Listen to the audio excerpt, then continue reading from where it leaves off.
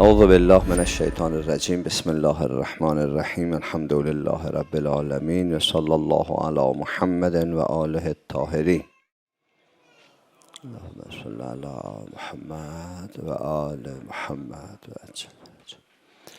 و لعنت الله علی اعدائهم اجمعین من الآن الی قیام یوم الدین. خب بحثمون انسان در قرآن بود. ببینیم که از نظر خالق انسان و جهان، انسان ها چه قیمتی دارند. گفتیم قرآن کریم انسان ها در تقسیم بندی اولیه به دو قسم، مؤمن و فاسق تقسیم میکنه و فقط مؤمن رو انسان میدونه قرآن کریم، یعنی فقط شخص مؤمن باطن انسانی داره، بقیه رو غیر طبیعی معرفی میکنه. انسان وقتی که مؤمن هست طبیعیه و وقتی غیر مؤمن هست غیر طبیعیه، انحراف داره. و در یک صحنه دیگری همه حقیقت انسان رو روی قلب انسان برد و انسانها رو از نظر معشوق تقسیم بندی کرد و دغدغه ها و آرزوها و 8 معشوق حیوانی و جمادی رو ذکر کرد و ضمن اینکه علاقه به اینها رو رد نمیکنه، دوست داشتن اینها رو محکوم نمیکنه، ولی این 8 معشوق رو در مقابل 3 معشوق انسانی قرار میده: الله، اهل بیت و جهاد در راه خدا. و بعد میفرماید که اگر اون 8 در قلب شما، در درون شما از این 3 محبوب تر هستند، شماها طبیعی نیستید و غیر قابل هدایت هم نیستید.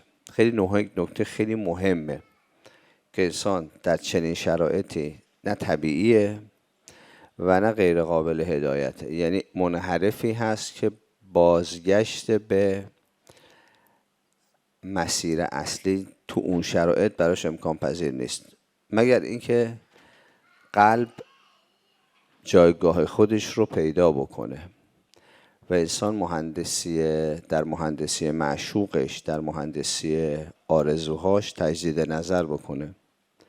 فقط در اون حالت هست که انسان طبیعی میشه. مثل اینکه شما میخواستید بیایید ساری، رفتید سمت قائم شهر، دیگه امکان نداره مسیر، مگر اینکه این مسیر رو برگردید، یعنی دوباره برگردید بیایید خودتون رو تو مسیر ساری بندازید، خودتون رو به اردوگاه برسید. اگر یک کسی درگیر این 8 معشوق باشه و اینها رو بالاتر از الله، اهل بیت و جهاد بدونه، دیگه طبیعی نیست. این شخص فاسق و غیر قابل هدایت هست. فتربصوا حتی یأتی الله بامره والله لا یهدی القوم الفاسقین. پس خیلی دقیقاً این آیه خیلی خیلی شفاف به ما داره نشون میده که ما چی هستیم. هم خودمون رو میتونیم تو هر لحظه تو این آینه ببینیم، هم دیگران رو میتونیم ببینیم که آیا الان من بعد از 30 سال 40 سال وقتی که به قلبم مراجعه میکنم، آرزوهای نهایی، معشوقهای اصلی و غایی من چیا هستن؟ اگر یه برگ کاغذ به من بدن بگن خب بشین 20 تا از معشوقاتو بنویس، 20 تا از آرزوهاتو بنویس، اگر انسان اون آرزویی که می نویسه در رأسش الله، اهل بیت و جهاد باشه، ما طبیعی هستیم، کاملا طبیعی، چون بی نهایت طلبیم، داریم به سمت بی نهایت حرکت میکنیم. نمیشه انسان با یک قلب بی نهایت طلب معشوقهای موقت و محدود و دنیایی رو انتخاب بکنه. اگر اینو انتخاب کرد معلوم منحرفه. مثل کسی بهش میگن دیپلم بهتره یا مثلا لیسانس بگه دیپلم بهتره، بگه لیسانس بهتره یا دکترا بگه لیسانس بهتره. خب معلومه عقل نداره و فسق داره، طبیعی نیست، این آدم طبیعی نیستش. برای این نمیشه انسان معشوق بی نهایت رو یا اهل بیت رو که جلوه های کامل این معشوق هستند رو ببره در اولویت های بعد از معشوق های دنیایی. بگه دوستشون داریم، ارادت بهشون داریم، اما نه اینکه اصل باشن. اصل زن و بچه است، اصل مال، اصل موقعیت دنیایی، اصل مقام، اصل نمیدونم مدرک تحصیلیه. همین کاری که خب نوعا افراد بهش درگیر هستن. داستان حضرت ابراهیم علیه السلام، داستان عاشورا، کربلا و داستان‌های دیگه که شما در زندگی انبیا در قرآن میخونید، همه اینها حول این محور قابل تفسیر هستش. یعنی انسان همیشه در امتحان‌هایی قرار میگیره که باید بین معشوق‌های زمینی و معشوق‌های جمادی، گیاهی، حیوانی و عقلی با معشوق انسانی یکی رو انتخاب بکنه. اینجاها انسان‌ها نمره میگیرن و تعیین تکلیف میشن. هیچ کس هم نیست که این امتحان رو پس نده. محاله، جز سنت‌های لایتغیر الهی است. مثل اکسیژن، مثل هوایی که تنفس میکنیم، امکان نداره نباشه. محال هست که خداوند تبارک و تعالی از کسی در مراحل مختلف عمرش امتحان نگیره که ببینه آیا دنیا رو ترجیح میده یا آخرت رو، یا الله و اهل بیت و جهاد رو ترجیح میده یا دنیا رو. این درباره همه انسان ها وجود داره. درباره خدا خب حالا ما تو طول بحث هم شاید صحبت بکنیم، در مورد اهل بیت هم همینطور و در مورد جهاد هم نکته مهمی است. من معرفی میکنم چون فکر نمی کنم دوره ما، چون دوره ما دوره کوتاهی هست، تعداد جلساتمون کم هست، نمیتونیم به صورت مبسوط به این سه معشوق بپردازیم.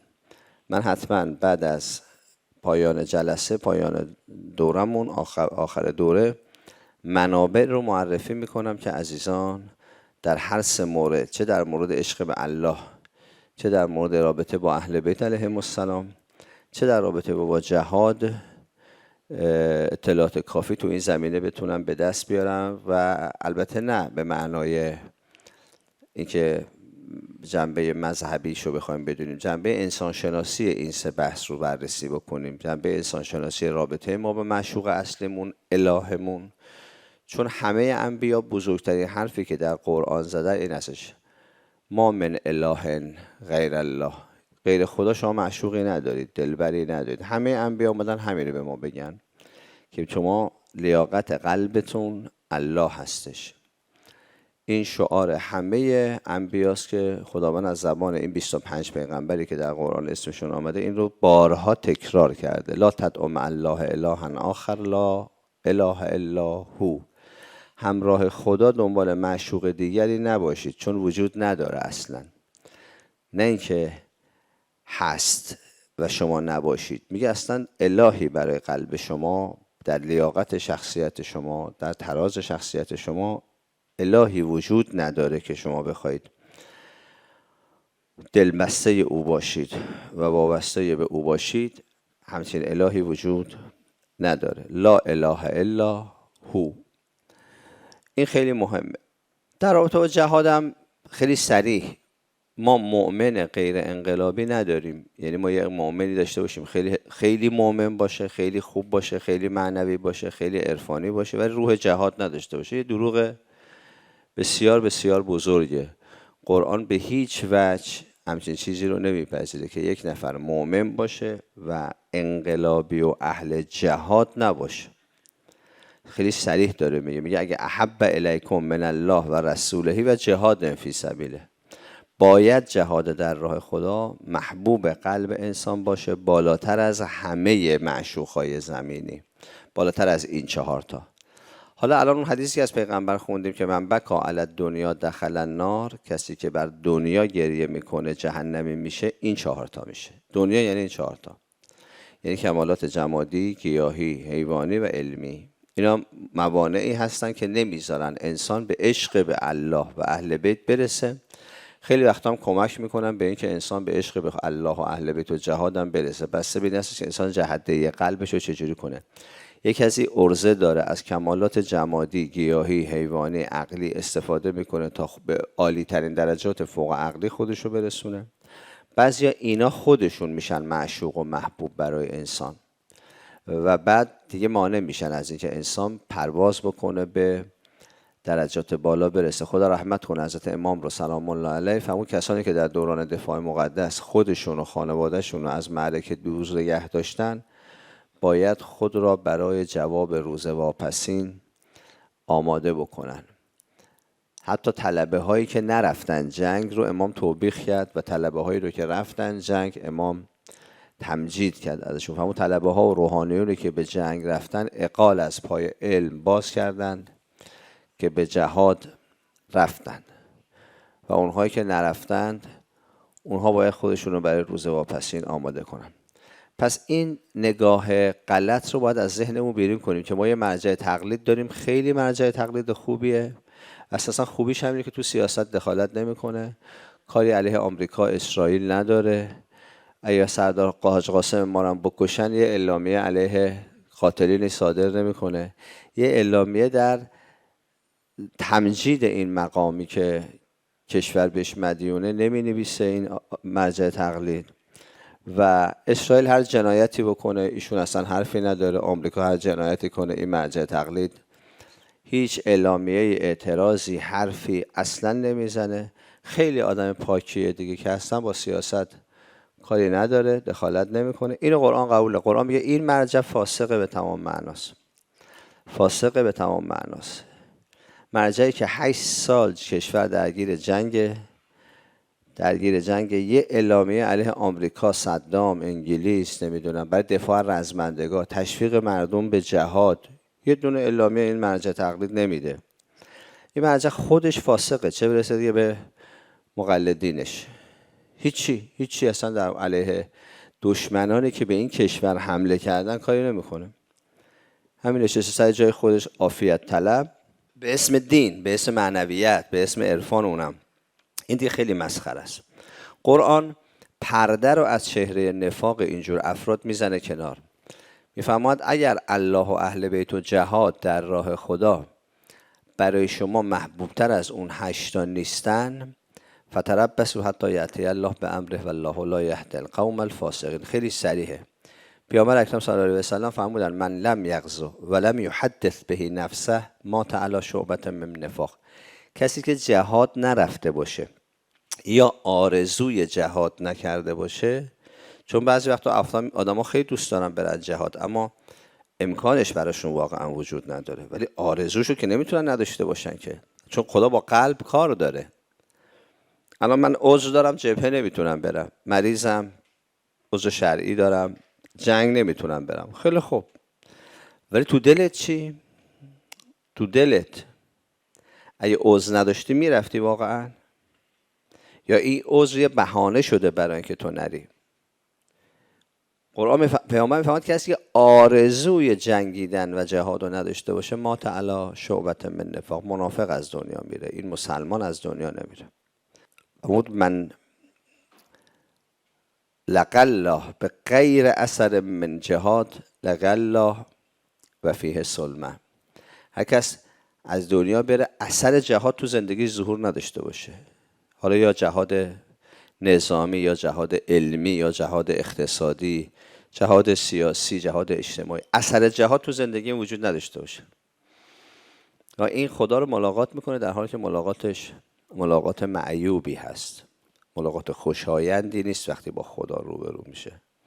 چون هیچ وقت حاضر نشده به خاطر خدا جهاد بکنه، حاضر نشده به خاطر خدا از دنیاش بگذره. یه آدم تنپرور منافق در قالب اینکه من مسلمونم، دین دارم، این مرجع تقلید دارم. افراد بزدل اینجوری و فاسق اینجوری مرجع فاسق هم انتخاب میکنن، میرن برای که خودشون عذاب وجدان خودشون رو تسکین بدن، خمسشون هم قشنگ میرن به این آقا میدن، بگم ما چقدر متدینیم، ببین ما نماز میخونیم، روزه میگیریم، حج میریم، ببین الان زیارت میریم، همین کارهایی که عافیتی توش هست، خطری نداشته باشه. مرجع تقلیدم دارم، اینم مرجع تقلید منه و مخصوصا میره مرجع انتخاب بکنه که او رو درگیر با مقوله های فداکاری و جهاد و اینها نکنه. خدا مثلا همچه کسی رو نمیپذیره در حریم خودش به عنوان یک انسان. برای همین شما در برخورد با اهل بیت و خدا این رو به عنوان یه شرط اصلی، نه نماز نه روزه، اینا شرط اصلی نمیاره خدا، ولی وقتی میرسیم به جهاد شرط اصلی میاره. نه شرط اصلی همینه، جهاد بیشاخصه، عشق به الله، عشق به اهل بیت، عشق به جهاد. بقیهش تو رتبه های بعدیه. مگه میشه انسان یک کسی رو عاشق یک کسی باشه و از دشمنش بتونه با دشمنش کنار بیاد؟ عشق و نفرت دو روی یه سکه هستن. سکه یه رو اعتبار نداره. تولا و تبرا دو روی یه سکه هستن. شما نمیتونی بگی من عاشق الله هستم و از دشمنانش بسازی با دشمنانش. سبک زندگی اونا رو قبول بکنی، با اونا بساز، دوستشون داشته باشی. اصلا نمیتونی. یه دروغ بزرگه. امکان نداره شما من عاشق خودم، عاشق اهل بیتم، بعد بری فرهنگ دشمناشو قبول کنیم. پیامبر فرمود کسی که علاقه داره در سرزمین شرک زندگی بکنه، در سرزمین خودش مشرکه. این یه ملاکه. دوست داری تو ایران زندگی کنی یا تو خارج از کشور؟ ملاک این کاملا ملاک مهمی هستش. ما همه آدم داریم ادعای ایمان میکنن، ادعای تقوا دارن، بچه‌هاشون همه اونور آبن. اصلا تو لیاقت خودشون نمیبینن که بچه‌هاش تو کشور خودشون زندگی کنن، درس بخونن، زیر نظر اساتید این کشور، این مرز و بوم درس بخونن. خب خلایق هر چه لایق. همون هر کس علاقه داره اون طرف، پیامبر فرمود همون هر کس دوست داره اونور زندگی بکنه مشرکه، این مؤمن نیست. یه موقع یه ضرورتی اقتضا میکنه من باید یه تخصصی رو یاد بگیرم، بعد بیام تو کشور خودم اون رو انجام بدم. پیامبرم تا مبعوث شد 2 تا از اصحابش فرستاد ایران، گفت شما برید جراحی یاد بگیرید ایران برگردید. این ابی نداره آدم بره تخصصی رو میخواد بره یاد بگیره بیاد به کشورش خدمت کنه، جهاد خودش. اما اینکه من شیفته اینم که برم خارج زندگی بکنم، گوره خونم اصلا با این منطقه فطرت مدار نمیخوره، با این منطقه الهی اصلا روحم جور در نمیاد. روحم منطقه طبیعتگراها رو میطلبه، فاسقا رو میطلبه، کشور فسق رو میطلبه. خب این نشون میده تو شخصیتت همینه. انسان ها بر اساس شخصیتشون انتخاب میکنن. دستمو نگاه کنید، شما جمادی باشید، گیاهی باشید، حیوانی باشید، عقلی یا فوق عقلی، انتخاباتون هم رنگ خودتون رو داره. مردنتون هم رنگ خودتون داره. مرگ هر کس ای پسر هم رنگ اوست. انسان همه چیش با قلبشه. قلب و شما بردارید دیگه ملاک تشخیص ندارید. قرآن تمام قیمت یه آدم رو حتی رو عمل هم نمیبره. قرآن اول قلب، آرزوهات، معشوقات چیا هستن، قیمت تو هم همونه. لذا خیلی سریع، انقدر سریع این آیه که خدا با قل بهش میگه. هر جای قرآن قل هست، هر جای قرآن قل میگه یعنی میخواد به تو یه شاه کلید بده، اعلام عمومی. قل تا گفت قل یعنی باید عمومی اعلام بشه، باید عمومی اعلام بشه. این یه شاه کلیده میخواد بده. میگه قل ان کان آباؤکم و ابناؤکم، به همه بگو که این معشوق ها اگر محبوب تر هستن نزد شما از الله، اهل بیت و جهاد، شما دیگه طبیعی نیستید. و چقدر خدا انسان رو تو این آیه تکریم کرده. خدا میگه طبیعت تو، طبیعی بودن تو موقعی که عاشق منی و عاشق اهل بیتی. حالا چراشو بیشتر توضیح میدم. چراشو که توضیح دادیم، یعنی چون بی‌نهایت اینا مظاهر بی‌نهایتن. شما وقتی بی‌نهایت، زمانی که بی‌نهایت طلبی طبیعی هستی، وقتی محدود طلبی که دیگه طبیعی نیستی. چون قرآن میفهمد شما جاودانه هستید، عمر شما به اندازه عمر خداست. 80 بار قرآن جاودانگی رو تذکر میده به انسان. شما انتهایی ندارید، مرگی ندارید. درست ازلی نیستید اما ابدی که هستید، جاودانه اید شما. و برای معشوقای جاودانه باید انتخاب کنید، معشوقی که با تو بیاد تا همه عمرت، نه ولت بکنه وسط راه و تو دست خالی بمونی.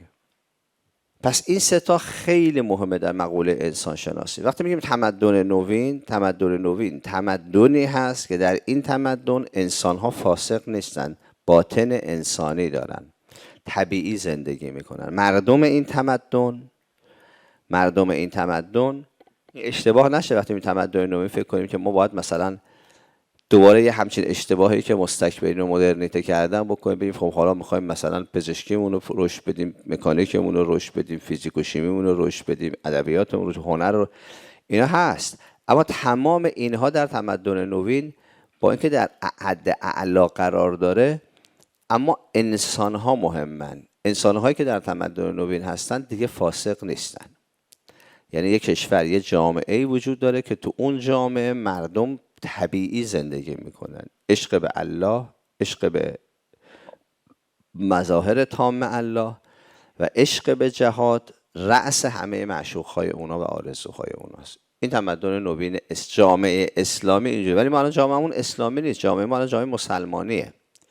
یعنی مسلمان‌ها تشکیل رفتن یه جای جامعه تشکیل دادن، جای مسلمانی غیر از جامعه اسلامی. در جامعه مسلمانی اذان میگن، اقامه میگن، ازدواج که میخوام بکنن خطبه داره، بعضی از ظواهر دین رو رعایت میکنن، مسجد دارن، یه سری شؤونات رو رعایت میکنن، ذبح گوسفند میخوام بکنن، گاو میخوام بکشن، بسم الله میگن و ذبح شرعی دارن. این روش میگن جامعه چی؟ جامعه مسلمانی. مسلمان‌ها جمع شدن. ولی جامعه اسلامی کاملا فرق داره. در جامعه اسلامی مردم معشوق‌هاشون در مهندسی آرزوها و مهندسی معشوق‌ها کاملا موفقن. این جامعه است که وقتی به وجود میاد دیگه درش ظلم، تبعیض، درش فساد، درش بدجنسی، درش تجاوز وجود نداره. این جامعه میشه جامعه اسلامی، تمدن اسلامی میشه. ولی خب مثلا خود من وقتی تو خارج از کشور تدریس دارم برای مثلا دانشمندان رشته‌های مختلف، موقعی که میگم مثلا در دین ما پیامبر ما گفته اگر میخواید ببینید یه نفر چقدر مسلمانه و مؤمنه، ببینید چقدر عشق به همسر داره، میگه خب پس ما باید بریم جامعه شما رو ببینیم تو جامعه شما عشق به همسر چه جوریه، آمار طلاقتون چه جوریه. اونجاست آدم خجالت میکشه. میگم نه با جامعه ما دین ماست، جامعه اسلامی اینجوریه، ولی جامعه ما جامعه اسلامی نیست، جامعه مسلمانیه. چی بگیم بهشون؟ بگیم از 5 تا ازدواجمون 4 تا شکست میخوره؟ چی بگیم بهشون؟ حرفی نداریم بزنیم. برابر این رو باید کاملا فرق قائل بشیم. در انسان شناسی قرآنی انسان اینه، این خیلی صریح خدا داره بیان میکنه، اصلا شوخی هم نداره با کسی. قل خیلی تنده آیه، خیلی قاطع آیه. قل به همه بگو اگر اون 8 تا پیش شما محبوب‌تر از این 3 تا هستن شما دیگه فاسقید. طبیعت شما، طبیعی بودن شما، انسان بودن شما زمان نیست که شما خدا، اهل بیت و جهاد در رأس همه معشوقات باشن. یعنی اگر کاغذ دادن نوشتی به طور طبیعی وقتی داری می‌نویسی معشوقاتو، بچه‌هات هم یه جوری تربیت کن که انسان باشن. نه اینکه مثلا بچه من خیلی خوبه، من خیلی آدم موفقی هستم، میگه خب حالا بچه‌تون الان میگه موفق هستم، بچه‌ت چه میگه؟ بچه‌هام الان 5 تا بچه دارم، همه‌شون درس میخونن، هم تو آمریکا و انگلیس دارن درس میخونن. بچه‌ها یکیش مدیر کل فلان جاست، یکیش نمیدونم معاون وزیره، یکیش نمیدونم سفیره، یکیش نمیدونم این چه کمال انسانی نیست که من تربیت موفق کردم. بچه‌م الحمدلله دیگه الان هم فوق لیسانسشو گرفته، ارشدشو گرفته، دکتراشو گرفته، فوق دکتراشو گرفته. این توفیق نیست، این توفیق بخش علمیه، بخش عقلیه. خوبه، ارزش داره، نورانی هم هست، خوبه. ولی آیا بچه تو اگه الان بره میره بهشت یا نه؟ اینو بگو. بچه تو اگه متولد بشه با وفات به برزخ کجا میره؟ تمام امکانات لازم رو برای حیات جاودانه داره یا نداره بچت؟ گیر میکنه اونجا. پس تربیت باید دقیقاً زیر مجموعه انسانشناسی قرآنی و انسانشناسی اسلامی باشه. حالا سوال این هستش که ما از این مسئله باید بفهمیم که داستان خلقت انسان چیه؟ میخوام راجع به هدف خلقت مقدار صحبت بکنیم.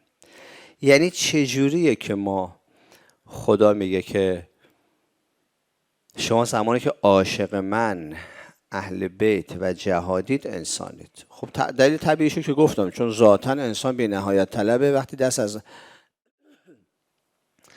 بره به سمت معشوق بی نهایت، خب داره درست میره دیگه، داره میره بی نهایت رو جذب کنه. اما این بی نهایت رو جذب کنه یعنی چی؟ حرکت به سمت بی نهایت یعنی چی؟ عشق به الله قرار ما رو به کجا برسونه؟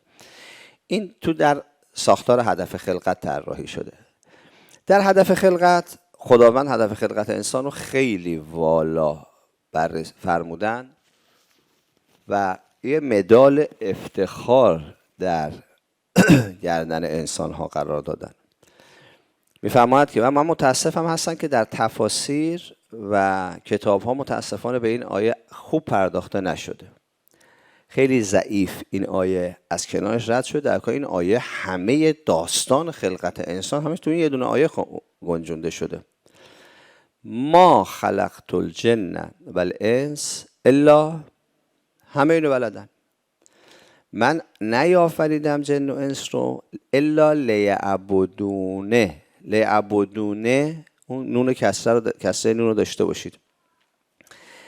الا لیعبدونه یعنی عبودیت منو داشته باشن و نه عبادت. دقت کنید، این تفسیر غلط، ترجمه غلط کار دست همه داد. لیعبدونه یعنی بندگی نه عبادت. عبادت به شکل نماز، روزه، حج بخشی از این بندگیه، اشکالی از این بندگی. اما بندگی این نیست. بنده یعنی چی؟ یعنی بنده است، این مولاست، این بنده است. بنده یعنی چی؟ یعنی یک کسی که هیچ منیتی در مقابل مولا نداره، محض اطاعته، عین تبعیته، اینو بهش میگن بنده. و به کارش میگن به این میگن عبد، یعنی از خودش اراده ای نداره و ذوب در مولای خودش هست. هر چی مولا میگه چشم، هر چی میگه چشم. خب پس ما با یه جریان عبد و مولا سر و کار داریم.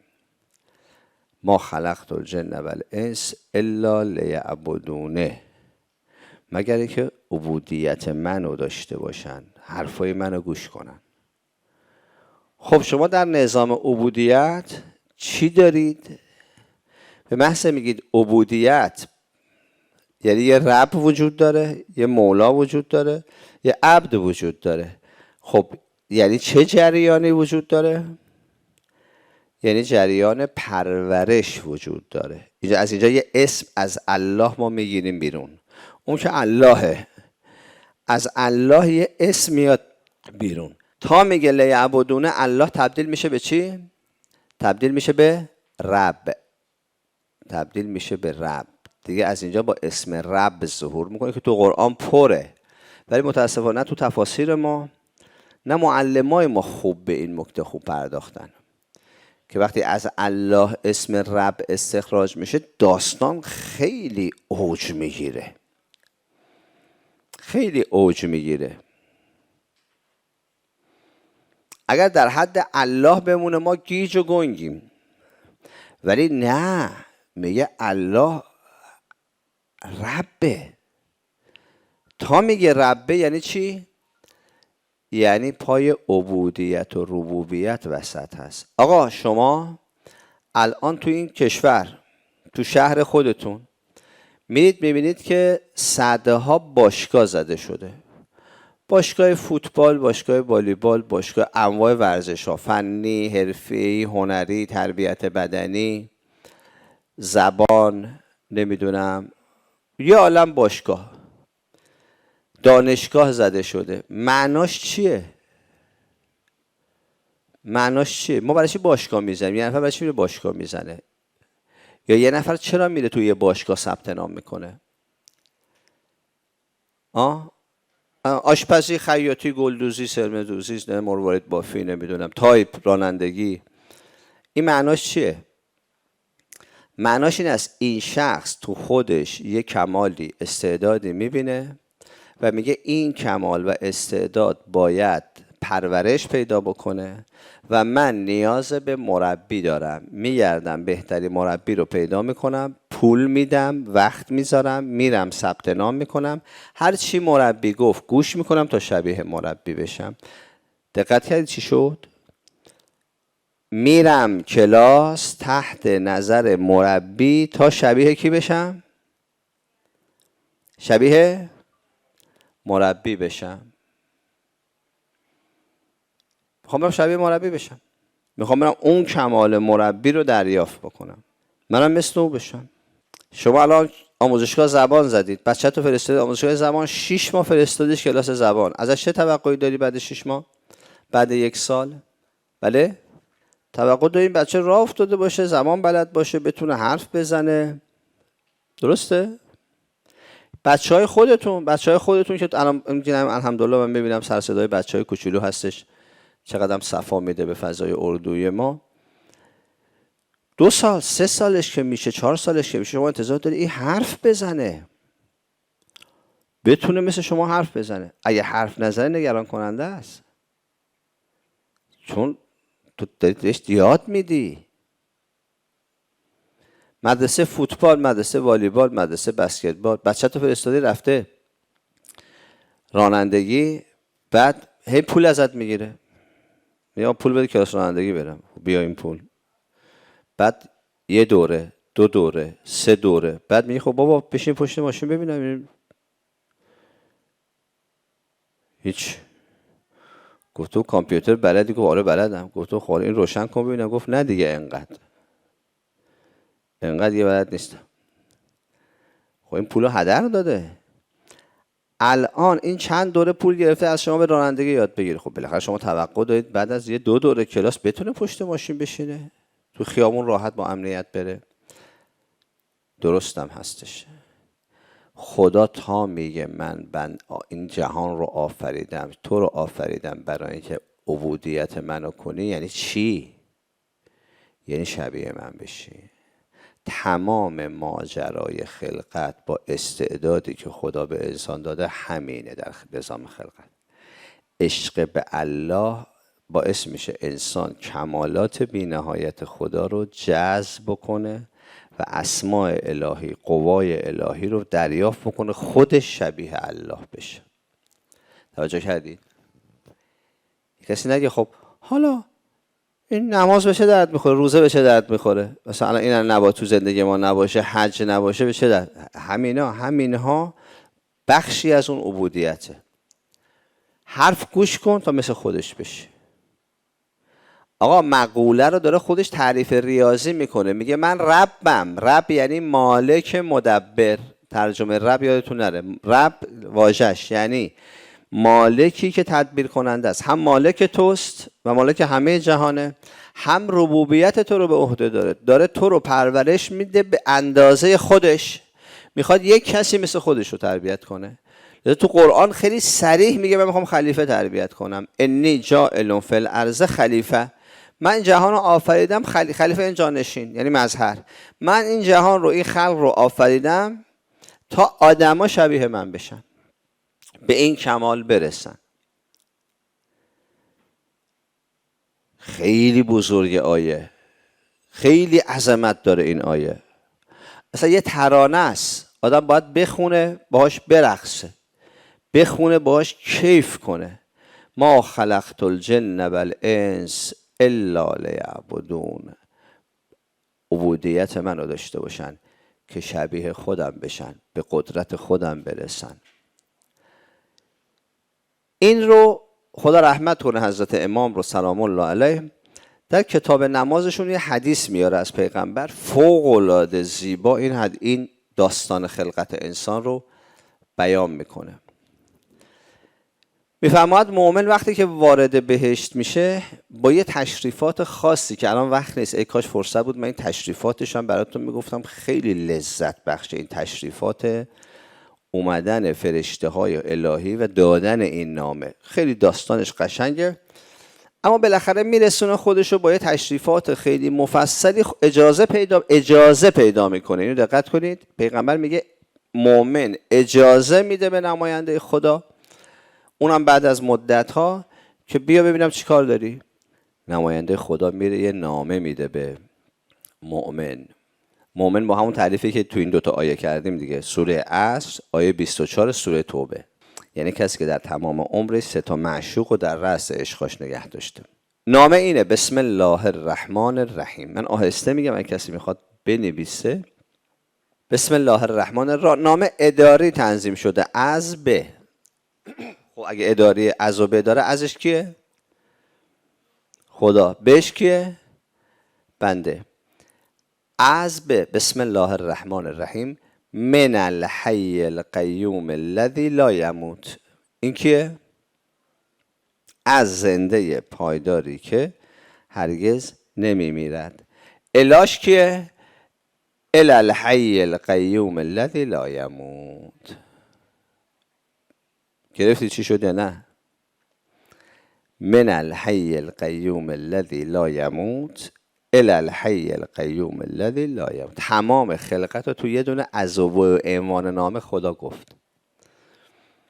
از زنده پایداری که هرگز نمیمیرد به زنده پایداری که هرگز نمیمیرد، یعنی یکی شدیم.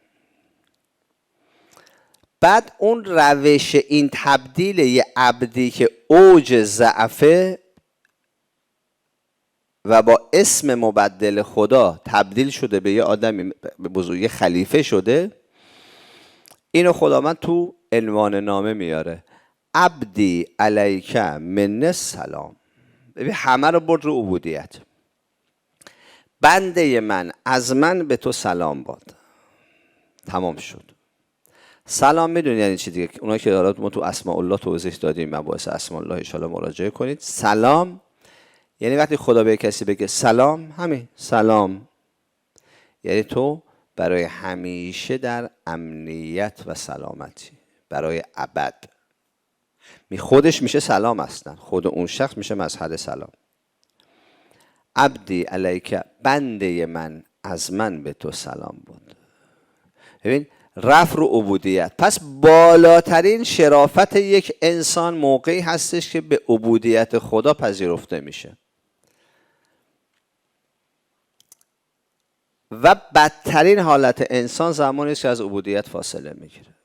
شقاوت انسان، نکبت انسان زمانی است که دیگه عبودیت نداره. اگر در دانشگاه خدا پذیرفته شدی، تو کنکور خدا پذیرفته شدی به عنوان عبد، جشن باید بگیری. عبدی علیک من السلام. بعد حال نتیجه چی میشه؟ کنتو اذا اردت شیئا اقول له کن فیکون. من خدایی هستم که هر چه اراده کنم همان خواهد شد. فجعلتک الیوم تقول للشیء کن فیکون. امروز تو رو مثل خودم قرار میدم که هر چه اراده کنی همان خواهد شد. این مقام انسانه. بهش نیستا، بالاتره. میگه تو هر چی اراده کنی همانه. در همین قرآن میفهمد اساسا معماری بهشت فقط یه پیشنهاد اولیه است. معماری بهشت در اختیار مؤمن. مؤمن هر جا بخواد بهشت رو تغییر میده. همه چیشو میتونه تغییر بده با اراده خودش. عینا یشرب بها عباد الله یفجرونها تفجیرا. چشمه ای که بندگان خدا از او میدوشن، اما یفجرونها، فاعلش کیه؟ یفجرونه مؤمنه. هر جا بخوان این چشمه هست. همه چیز بهشت تابع اراده است. لذا امام باقر اسلام فرمود در بهشت مؤمن سفارش دهنده نیست، اراده کننده است. یعنی اینجوری نیست که بره لم بده روی تختایی که حالا قرآن اون داستان تختا رو مفصلا میگه، متکئین علیها متقابلین یطوف علیهم ولدان و مخلدون. اینجوری نیست که بره لم بده اونجا بگه فلان چیزو برای من بیارید. اراده میکنه. تمام. هر چه اراده کنه بدون زمان در نزدش حاضره. این میشه انسان، مقام انسانه. نه اینکه بریم بهشت اونجا نمیدونم غذا بخوریم، شراب هست، نمیدونم حوری هست، اینا که حیوانات هم دارند، دیوانه ها هم دارن، کودکان هم دارن. بهشت اصلا امام کاظم فرمود بهشت مال شما، مال بدناتونه. ان لابدانکم ثمن الا الجنه فلا تبیعوها الا بها. بدناتون پاداشی غیر از بهشت نداره. خود انسان فقط یک پاداش داره، اون عشق و قرب به خداوند تبارک و تعالی است، انس به حق تعالی است. این قیمت انسانه، این مقام انسانه. الان شما نگاه کنید این داستان کنکور چه ماجرایی، باعث هزاران فیلم میشه ساخت، صدها فیلم هم ساختن که این طرف دوست داره قبول شد تو کنکور. دیدید؟ الان یه نفر قبول شد کنکور، اصلا یه ماجراییه. کنکور قبول شده یا نه؟ همین الان بچه‌ها درگیرن. خب کنکور قبول شد که این اول بیچارگیشه. بعد ارشد قبول شده یا نه؟ ارشد قبول شدی؟ دکترا پذیرفته شدی؟ دکترا خب دکترا وقتی پذیرفته شد یعنی چی؟ تو جامعه ما وقتی میگیم دکترا پذیرفته شده یعنی یه ارزش، یعنی این بنده خدا پذیرفته شده برای مقامات علمی بالاتر، ولی سخت‌تر از ارشد، سخت‌تر از لیسانس. یعنی این داره یه اوجی میگیره که پذیرفته شده تو دکترا، ولی برای عبودیت بالاتره. وقتی باید لیسانس برای عبودیت پذیرفته شده بود، باید حرف و اساتید گوش بکنه تا تبدیل بشه. الان تو باشگاه یه نفر میره، تو باشگاه یه شاگرد به چه درجه موفقه؟ میزان موفقیت شاگرد به چیه؟ به میزان عبودیتش. الان یه 6 ماه آموزش میدن، اونا که حالا مثل خود من مثلا ورزش رزمی کار کردن، یه 6 ماه اول میری دوره عمومیته، بعد یه امتحان ازت میگیرن. بعد از امتحان میگن خب حالا شما یه خط زرد به کمربند سفیدت اضافه میکن. باشه. دوباره یه مدت آموزش، اگه خوب تمرین رو انجام داده باشی، استادم میفهمه تو راست میگی یا دروغ. میگه پاتو باز کن ببینم 180 درجه هست یا نه. بعد خودش بلند میشه چند تا ضربه کاری وحشتناک به شکم تو همه جات میزنه، ببینه تو بالاخره جون داری یا نه. بزنه لگد و بزنه استاد مشت و بزنه، میفهمه تو تمرین کردی یا نکردی. میگه وایس ببینم شکم تو ببینم. میزنه محکم. تو تربیت بشی، بعداً باید تربیت بشه. با مفخوری و نمیدونم هر چی دلت خواست بخوری و اینا جور در نمیاد. میگه اندام باید صفر بشه. کار نکردی آقا، کار نکردی برو. روز امتحانم میارد جلو همه ازت امتحان میگیره، 3-4 نفرم میندازه به جونت، میگه بریزید سرش بزنیدش. تو باید 4 نفر رو بتونی همزمان بزنی. بعد میگه خیلی خوب، حالا این کارو تونستی بکنی، یه خط اضافه کن. دوباره یه خط اضافه کن. دوباره بعد از یه مدتی میگه که خاله کمربند تو عوض کن، مثلا سفیدو بکن دیگه، عوضش بکن زرد.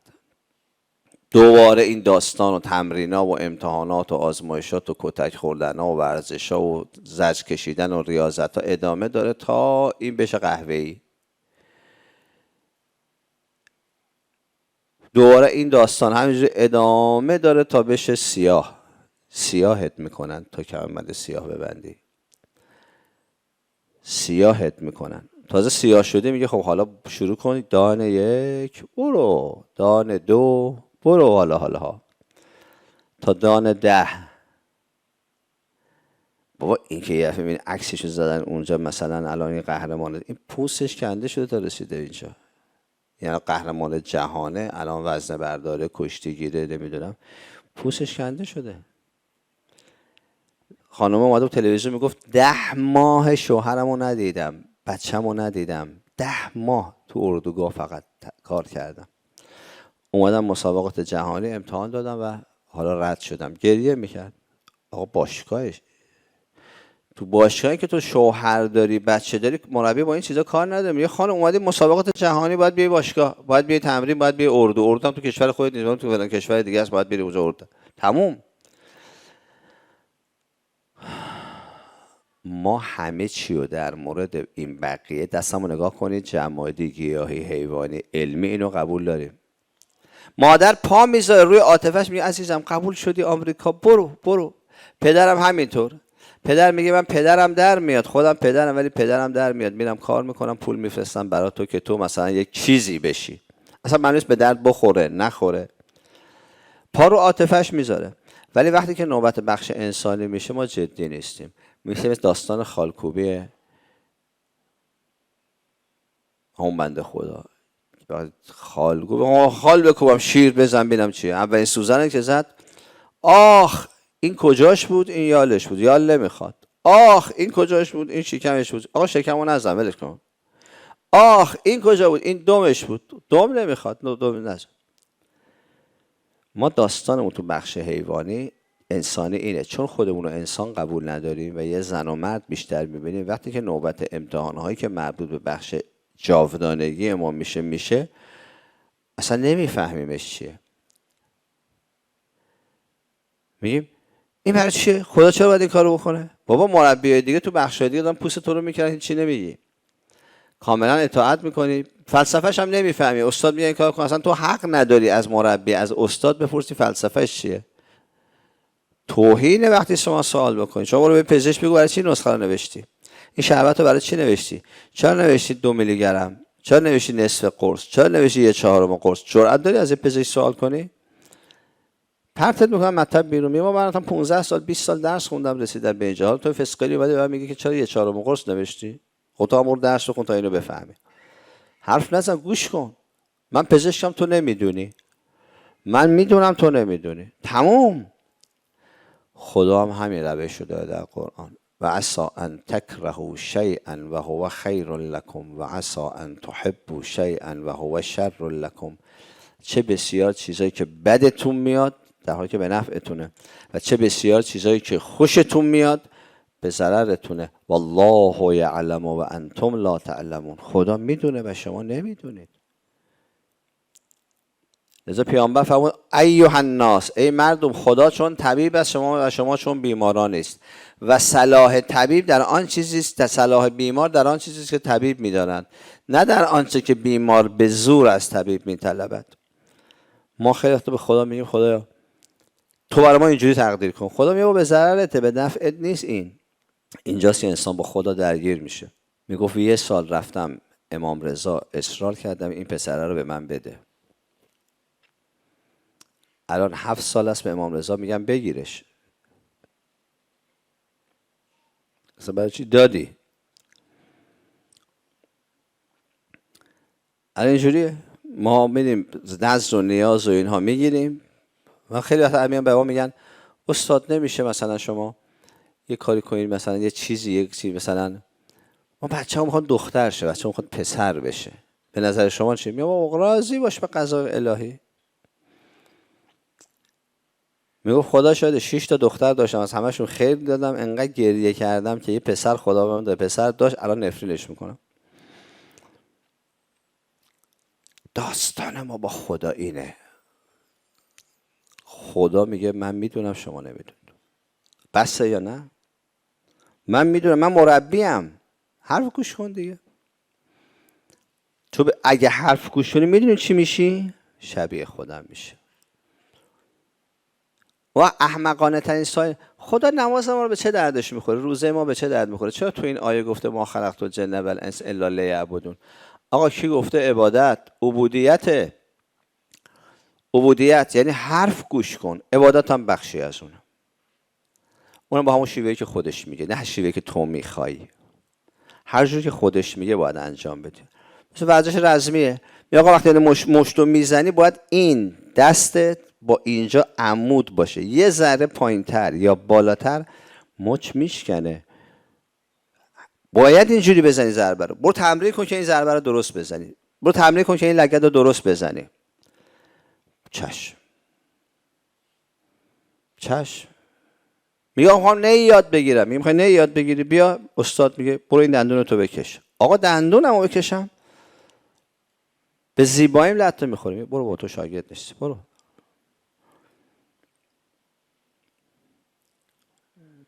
من دارم بهت میخوای نی بزنی باید اینجوری بزنی، تموم شد. میخوای هنرمند بشی یا نه؟ حرف گوش کن. میخوای صدا الان آواز تمرین کنی، حق نداری هر غذایی بخوری. دیگه این غذاها برای گلوت ضرر داره، برای حنجرت ضرر داره، نخور. چشم. ما موقعی که راجع به کمالات چهارگانه میشه چشمگوییمون خیلی خوبه. تا جایی که خانواده، ناموس، بچه، همه رو میتازریم بذاریم کنار به خاطر اون حرفه. ولی وقتی نوبت خدا میشه، نوبت بخش انسانی میشه، دیگه زورمون میاد. چون نفهمیدیم برای چی به دنیا آمدیم. چون به جای اینکه خودمون رو انسان معنا کنیم، یه زن معنا کردیم یا یه مرد، نهایتاً یه عقل معنا کردیم، یه فرشته. تو بخش انسانی حاضر نیستیم. تو دیگه اینجوری عاشورا رو نمیفهمی. اینجوری ان الله شاء ان یراک قتیلا. حسین خدا میخواد تو رو کشته ببینه. چشم. ان الله شاء ان یراهن سبایا. خدا میخواد همه اینا رو اسیر ببینه. چشم. و همه خوشحالن،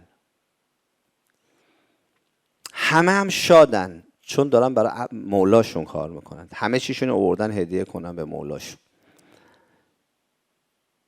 کلما اشتد علیه الامر احمر لونه. هر چقدر کار سخت‌تر بشه به امام حسین خوشحال‌تره، شادتره. اصحابش هم اینطور هستن. یه چیزایی اینا برای که اشک ما رو در بیارن، مثلا بگی مدای خوبی بود چقدر اشک در آورد، یه سری مزخرفات قاطی این روزه ها کردن. حالا زینب گفت چقدر جای بدیه اینجا کجاست آوردی ما رو، نمیدونم، ما رو برگردون، ما نمیخوایم، ما رو حتما برگردون خونمون، ما اینجا چی این حرفا کدومه؟ انقدر از این زهر ماریا قاطی ماجرای امام حسین کردن. بابا زینب یه کسیه که وقتی که داره بچه‌هاش جلوش تیکه تیکه میشن، از این که داره اینو هدیه میکنه به خدا خوشحاله. توش خشونت نمیبینه، توش بیرحمی نمیبینه. از نظر قاتل چرا، ولی از نظر واقعیتی که داره برای خودش اتفاق میفته این خوشحاله، داره هدیه میکنه بچه‌شو. این ابوالفضل که میاد تو کربلا میگه که به برادراش میگه شما زودتر از من برید، من میخوام ثواب شهادت برادرانم رو، فدا کردن برادرانم رو به خدا ببرم. اینا همه اومدن تو قمارشون به خدا ببازن، اومدن هرچی دارن هدیه کنن به معشوقشون. لذا امام باقر علیه السلام فرمود لم یجدوا علم الحدید. اینا اصلا وقتی شمشیر میخوردن، نیزه میخوردن، تیر میخوردن، درد نداشتن، انقدر مست بودن. عزیزان تو این جلسه هستن میتونن شهادت بدن که تو جبهه، من که تو خب عملیات عرض کردم، من همش خط اول بودم، نفر اول بودم، من کارم اینجوری اقتضا میکرد. یه بار ندیدم یه رزمنده تیر بخوره، ترکش بخوره، دستش قطع شه، پاش قطع شه، ناله کنه، آخ بکشه. یا حسین، یا زهرا، یا ابوالفضل، یا الله. اصلا مست بودن اینا، مست به خدا مست بودن. چه اونا چه این مدافعین حرم. شما این شهید سعدزاده رو نگاه کنید، داره لحظات آخر چی با مناجات با خدا و عین امام حسین داره اقرار به ضعف در عبودیت میکنه. خدا ما بنده خوبی نبودیم، تموم میشه. عشق به خدا، هدیه به خدا. فرمولش رو یادداشت کنید. العبودیتو، امام صادق علیه السلام، جوهرتون کنهها ربوبیه. یه بار دیگه بگم، العبودیتو جوهرتون کنهها ربوبیه. عبودیت گوهری است که باطن او ربوبیته. باطن او ربوبیته یعنی ظاهرش تو میگی چشم، ولی باطنش که داری آقا میشی. مثل همه باشگاه های دنیا، شاگردا تو باشگاه همه میگن چشم، اما یعنی چی؟ این چشم گفتناشون یعنی چی؟ یعنی این داره مربی میشه، این داره آقا میشه. ما اینو باید بفهمیم که شما هر چی به خدا بگی چشم، چونه نزن راجبه حالا این دوتا تار مو معلوم باشه چی میشه، حالا این نمیدونم یه ذره دست من بالا باشه چی میشه، حالا نمیدونم اونجوری باشه چی میشه، حالا اونجوری باشه. حالا مثلا مرد طلا دستش بکنه چی میشه، نمیدونم. تو اصلا چه حقی داری در مورد احکام، در مورد دستورات خدا با خدا یکی دو میکنی؟ تو علمشو داری؟ تو مگه دانششو داری که راجع به این حرف میزنی؟ دانش داری با خدا حرف میزنی، چونه میزنی راجع به احکام و فلسفه احکام؟ چی میفهمی تو از فلسفه احکام که با رب خودت یکی به دو میکنی؟ آقا شما 8000 سال سابقه پزشکی دارید. 8000 سال. بشر 8000 سال داره از یه بدن اطلاعات و علم دریافت میکنه. این بدن رو کی آفریددش؟ تو که بهت میگن دکتر مهندس، از کجا شدی دکتر مهندس؟ از مطالعه جلوه های ریاضی این شخصه. خب از اون بهتر میفهمی؟ بعد 8000 سال حالا شما برو به یه پزشک بگو یه دونه از قسمت های بدن رو تا به حال شناختی تو؟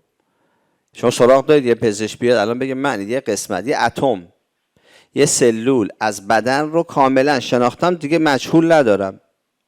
یه خاک، یه الکترون، یه نوترون، یه پروتون.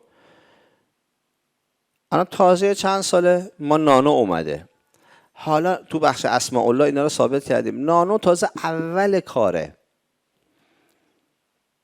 حالا کوتا علم در بیاره تو این ذرات. بگو آقا یه مورچه رو شناختید شما کامل؟ انقدر من میکنید؟ یه اتم، یه میکروب، ها بگید دیگه. اگه یکی که من شناختم هیچ مجهولی هم ندارم تا تش رفتم، همینه که هست. مثل اون خلای قرن 18 هم گفتن علم تمام شد دیگه، ما تا آخرش رفتیم دیگه آخر علمه. آقا شما 8000 سال یه بدن داده بهتون، همینجوری دارید در روز ثانیه دارید ازش اطلاعات کسب میکنید. حرف داره برای گفتن، همینجوری براتون حرف میزنه، دائما نطق خداست.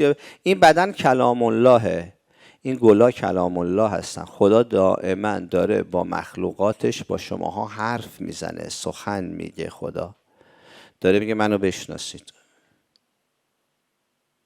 این گلا، این گیاها، این حیوانات، این آسمان، هی داره بهت میگه منو بشناس. بیا من دارم باهات حرف میزنم، بنویس، یادداشت کن، در علم در بیار.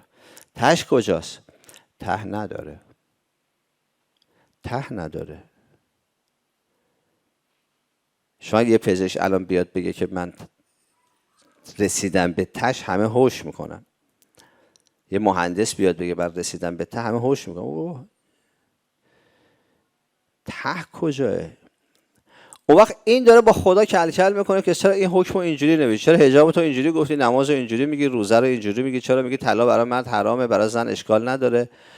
آخه تو مگه عقلت چقدره که میخوای با خداوند یکی به دو بکنی؟ تو مگه دانشت چقدره که میخوای با خداوند، با عقل خودت؟ دیوانه برداشته چیزایی نوشته که آره تو قرآن اینا رو گفته، پیغمبر اینا رو گفته، ولی علم اینا رو تایید نمیکنه. انگار علم باید خدا پیغمبر رو تایید کنه. کدوم علم؟ علم تو؟ عقل تو میخواد خدا رو تایید بکنه؟ این یه قطره از اقیانوسی که خدا بهت داده، تو میخوای چی بفهمی با این یه قطره؟ تو فقط میتونی بفهمی که نمیفهمی.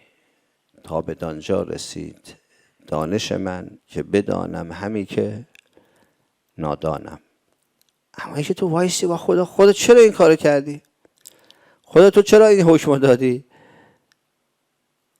والله یعلم و انتم لا تعلمون. خدا میدونه و شما نمیدونید. پس هدف خلقت رو دقت کنیم، خیلی متعالیه هدف خلقت. هدف خلقت چیزیست که تو وای میسی جلو معصوم. حیف که ما واقعا نمیخونیم اینا رو واقعا به صورت معمول. میگه وای میسی جلو معصوم، بهش میگه اسالو. حدیث قدسیه دیگه. زیارت عاشورا من حدود 400 ساعت شرحش کردم. حدیث قدسی است، مال خداست. خدا میگه اینو اینجوری حرف بزن. میگه وایسا جلو معصوم، بهش بگو اساله ان یبلغن المقام المحمود لکم عند الله. من همون مقام تو رو میخوام، نه کمتر.